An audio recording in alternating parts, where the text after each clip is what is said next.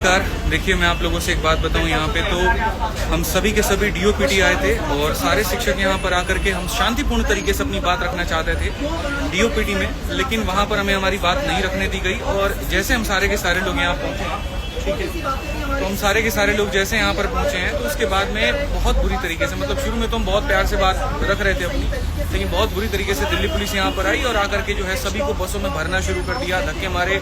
हमारे प्रशांत सर जो है एक बहुत जोर का उनको थप्पड़ मारा गाल पे, जिसके चलते उनका गाल जो है वो लाल हो गया।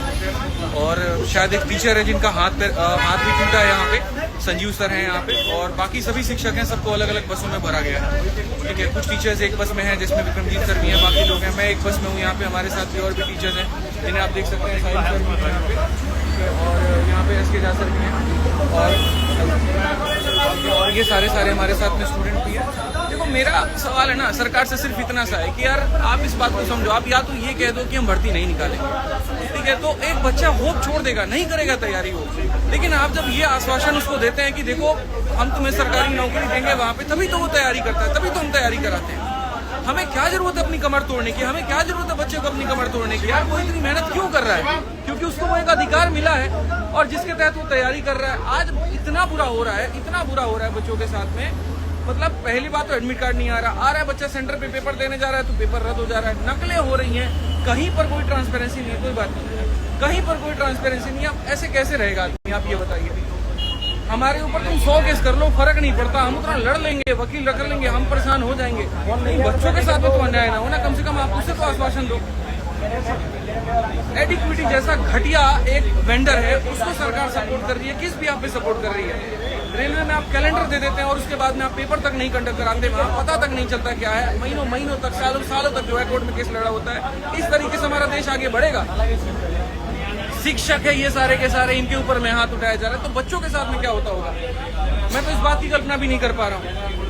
इस तरीके से हम कभी भी बड़ी अर्थव्यवस्था नहीं बढ़ने वाली, इस तरीके से कभी विकसित नहीं होने वाले। 1.5 घंटे से इस बस में घुमाया जा रहा है, 1.5 घंटे से इस बस में घुमाया जा रहा है और ये तक नहीं बताया जा रहा कि कहाँ लेके जाएंगे, कहाँ पर छोड़ेंगे, क्या होगा।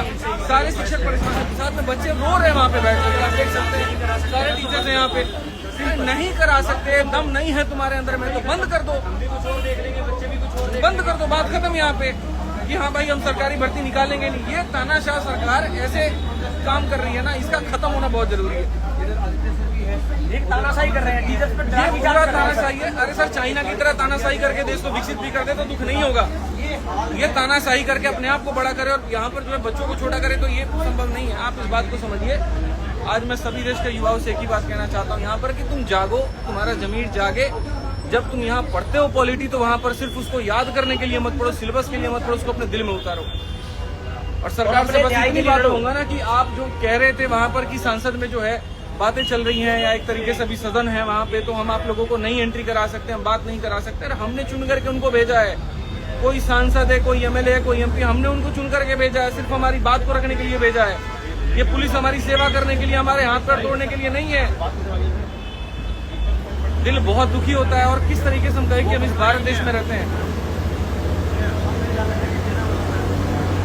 पानी पीने के लिए पानी नहीं दे रहे हैं ये लोग, और टीचर्स के साथ में ऐसा कर रहे हैं, तो आप ये बताओ बच्चों के साथ में क्या होता होगा? दिल से बता रहा हूँ। लेकिन ये